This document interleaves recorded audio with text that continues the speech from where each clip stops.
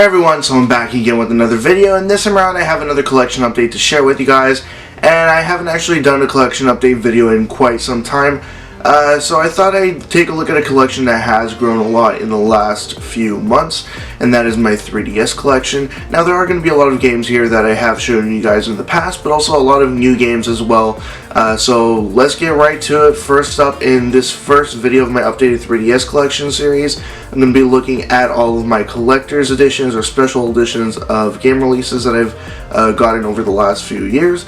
So let's start out in alphabetical order. First up with Adventure Time Explore the Dungeon Because I Don't Know. This collector's edition I grabbed because it looks somewhat interesting. It came with a nice steelbook, a little art book, as well as a disc with some bonuses, as it says right there. But this one here ended up being a game that I didn't really enjoy. It was just a weird low-res dungeon crawler that I just really didn't care for, so I didn't end up playing it all that much. Moving on from there are actually two RPGs, one that I've actually played a decent amount of, but I've gotten stuck and I have to backtrack a lot.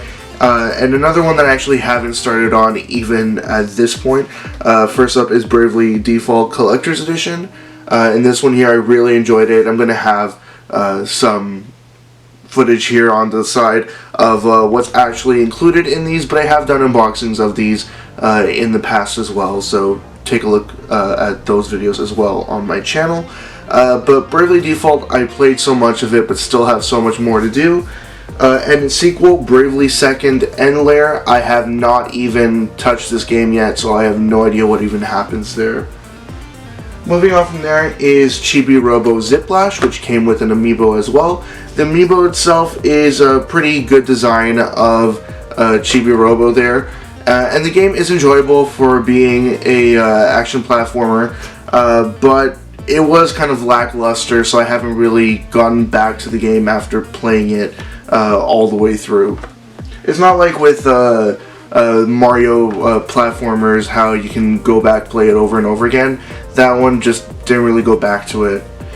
Moving on from there is a dungeon crawler called Conception 2 Children of the Seven Stars. This one here came with a bonus soundtrack as well, and I enjoyed the dungeon crawling aspects of this game and the fighting mechanics of it, but I did not care whatsoever for the sort of dating sim aspects of this game, especially the Star Children aspect of this game, where you have kids with other school members. It was just kind of a weird thing, and I never really got into that, but I did enjoy the fighting and the dungeons in the game. Moving on from there, I have Megaman Legacy Collection. This here should be pretty obvious as to what it is. It is the first 6 Mega Man games put together for the 3DS, and I think it was also released on a whole bunch of other consoles. But this one here came with the Gold Mega Man amiibo, as well as some postcards and some other bonuses. And I almost didn't buy this, but I saw one sort of a couple days after it had first released, and I thought, you know what, sure, I'll go for it. Now, another game that I really haven't put that much time into, but I really don't think I'll be getting back to this game anytime soon, Monster Hunter 4 Ultimate. This collector's edition, I really did enjoy the sort of quality to this collector's edition and the fact that it came with so many extras in there as well. But the game itself was kind of just lackluster for me, and I suppose it was not the entry to go with for first entering the Monster Hunters universe. Definitely other games to go for, but Monster Hunters just still to this day haven't really gotten too into it. Moving on from there is another RPG that I've tried getting into, another series that is, the Persona series. This game here is Persona Q Shadow of the Labyrinth, and the game itself was pretty enjoyable. I did like the I do like dungeon crawling games, and that's why I sort of went for this. And this year, the premium edition did come with a lot of interesting things, including a game case, tarot cards, and I think a couple other things. But it still sort of was lackluster for me because I've never really been into the Persona series. And I know that's kind of a weird thing to say, but Persona, I mean, lots of games are not for everybody, but Persona especially, I feel like it's a very sort of niche thing, and it's just not easy to get into. Moving on from there, though, is something that lots of people are into and lots of people are still getting into, Pokemon. This is the Pokemon Moon version with the bonus minifigure of Lunala. I got this most recently out of all these special editions, and I'm very happy to have found this. Now, I don't have the Sun version, but hopefully I can track it down one day. So I'm not really going to say anything else about Pokemon, because you should all know, really, about Pokemon. Pokemon goes without explanation. Moving on from there, I have a game that I very much so enjoyed on the 3DS, played it through. Will never replay this, though, because it's just a sort of higher difficulty setting kind of game. It's Project Crossstone, and one of the reasons why I initially went for this game is because it came it came with a few bonuses, but also the very, very main reason was because of all the different characters in this game. There's Bandai characters, Namco Bandai now. You also have Sega and Capcom characters in this game as well, and even in the sequel they added some Nintendo characters too.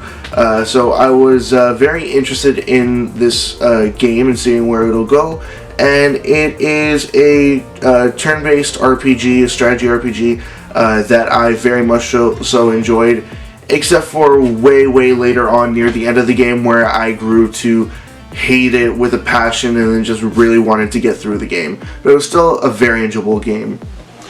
After that, there is Final Fantasy Curtain Call, or Theater Rhythm Curtain Call. Not too certain how to word this series ever. I suppose Theater Rhythm Final Fantasy Curtain Call. This is just a rhythm-based game. Very much so enjoy rhythm-based games.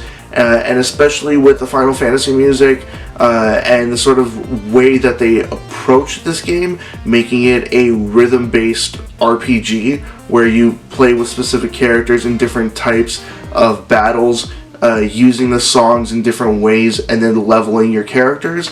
Very, very interesting combination of both RPG and rhythm-based games, and very much so enjoyed this and its predecessor. And also there are, I think there's supposed to be a Dragon Quest series of these games as well, which have not been released in North America yet. Moving on from there, the last game I'm going to show you guys in this video is Shin Megami Tensei 4. Again, another game that I've tried to get into, the Shin Megami series, of course, like I mentioned with Persona. If I haven't been able to get into Persona, of course, Shin Megami is a whole lot of extra stuff to get into as well.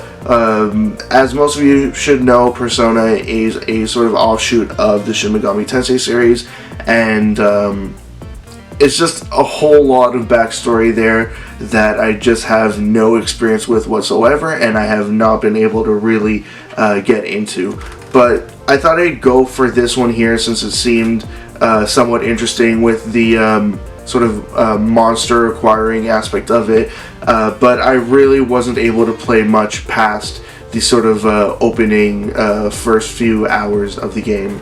But I did enjoy the fact that in the special edition here, or I should say the day one release, they included a full strategy guide in there too, which was really nice for maybe first time players of the series.